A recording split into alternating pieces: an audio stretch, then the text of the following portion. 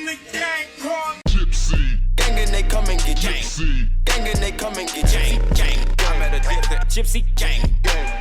I met a Gypsy.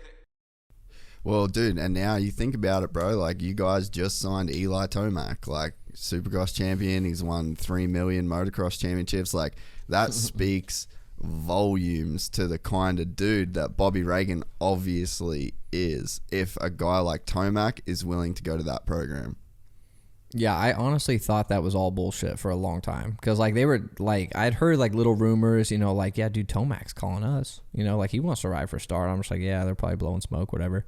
And then now to hear that that's, like, a real thing, I'm like, holy shit. Like, that's insane to me. You know, like, I think it makes, like, Star even look a little different than people thought. You know, just like, wow, this dude wants to come here. You know, like, I don't know exactly what the details are, really anything about it, but just the fact that he will be riding for Star Racing is mind-blowing to me. You know, if you would have told me that before the season, I'd be like, never. You know, that would never happen. But, yeah, I mean, they do the right shit. They say the right things. All they care about is winning races. And, you know, that speaks volumes to kids that want to go win and adults that want to go try to chase more championships. And obviously it works with signing a dude like Eli. I mean, a multi-time winner. Dude's won everything goes to win. So, yeah, it's just it's crazy. It'll take a while to get used to seeing him on a Yamaha, but I'm excited, man. I think that'll be cool and a big moment for the team. Yeah, and so everything you just said, 100% correct. Also, let's add this kind of little piece to it is the fact that Star Racing Yamaha and HRC are probably the only two teams that you can go to as a lights guy and then go into the 450 class and, like, win on the same team, same program, same structure. Like, Rockstar Husky, like, yeah, they haven't really this year. But, yeah, it's just like HRC, Star Yamaha. They're the two teams where you can sign as a lights rider and then go and win on a 450. Yeah, I mean, obviously you see that with it now. I mean, AP's a champion, Ferranda's a champion. Both done really well. I mean, Malcolm did awesome this year. Like, dude, the 450 program literally got transformed when we got the keys to it and took off, or when they got the keys to it. So, yeah, I mean, I think that makes you look at the team and you're just like, holy shit. And, you know, I think that was a lot of attraction to a team like Rockstar when Bobby Hewitt owned it was, dude, you could possibly ride for this team and win a lights title and then go straight into a 450 thing. Like, that's a huge attraction for kids, you know, that are trying to make their decisions and do all their stuff. So, the fact that that's us in this position, like, I hope I can do that, you know, go straight into a 450 thing and try to do my thing. But obviously that's still a little ways off, but that's definitely the goal, and pretty cool to see that can be an easy transition, you know, if that becomes an option, definitely.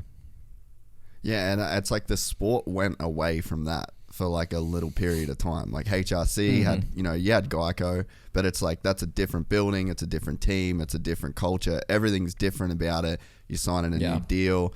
It's like, you know, that kind of left the sport for a little bit. And I mean, HRC's brought it back by signing the Lawrence boys. And then obviously both of them won this season, and then they won 450 races. But yeah, it's like, dude, Star kind of brought that shit back. Same with Honda this year. That went away from the sport. Yeah, I mean, even a dude like Coop, you know, when he first signed from Star to Factory Yamaha, I think it was a little bit of like, it had to have been a little bit of a culture shock for him. You know, I can't speak for him, but I mean, he goes Yamaha corporate, you know, and it's corporate, you know, it's suit and tie for a lot of shit. There's a lot of people there. I mean, there's a lot of cooks in the kitchen, you know, trying to do stuff. And sometimes it's overlooked, like there's too much bullshit, you know, like you have to be focused on the one thing, which is winning. You know, like at the end of the day, no one wants you to do anything unless you're winning. Like no one gives a shit. So for Coop, I think that had to have been maybe a little bit of the situation that was going on. And then you look at somebody like, you know, even like an AP2, like it's just maybe not what you think it is. And then you come back to a team where the sole focus is winning. They don't give a shit about anything else. Like they're not corporate. Like Bobby's not, you know, he's not factory Yamaha. So it's just a different way to look at things. And, you know, for him, I think that's what obviously makes it successful for him. But yeah, it's a different thing, man, whenever you have people like that in your corner. And especially it's like that with Star, big time. Yeah, man, it's super cool. And like you watch like Drive to Survive and you see Lawrence Stroll and the way that he's, have you seen that series?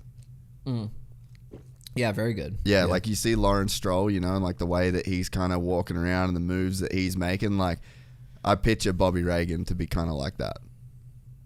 Yeah, I mean, like he'll do whatever. Yeah, I mean, he's to a point where he's like, yeah, I mean, I don't give a shit. You know, like whatever it is that we got to do. And he built that relationship with Yamaha years ago. I mean, dude, they've been Yamaha forever, and they finally, I felt like, got a bike where it was capable of winning, and then that's all they've done since is win. So I mean, yeah, he will do whatever, and if he's got to drop a little bit of money here or there to do shit, then he will. And obviously, it's worked. You know, you can't knock it.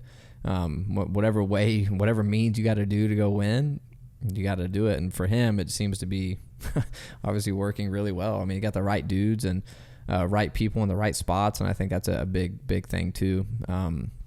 Having people that think the same way and that also have that drive, you know, to do it too. And I mean, like our crew chief, I guess you could call him, Brad Hoffman, dude, he's been with Bobby since day one.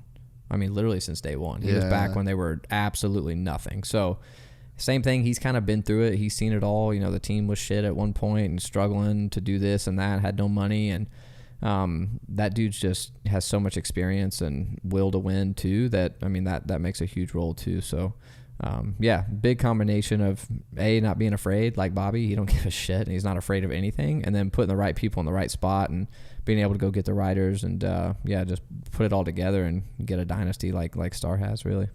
If you enjoyed this content, please like and subscribe. And to listen to the full 3-hour podcast, search Gypsy Tales in your favorite podcast platform or click the link in the description below. Gypsy Gang.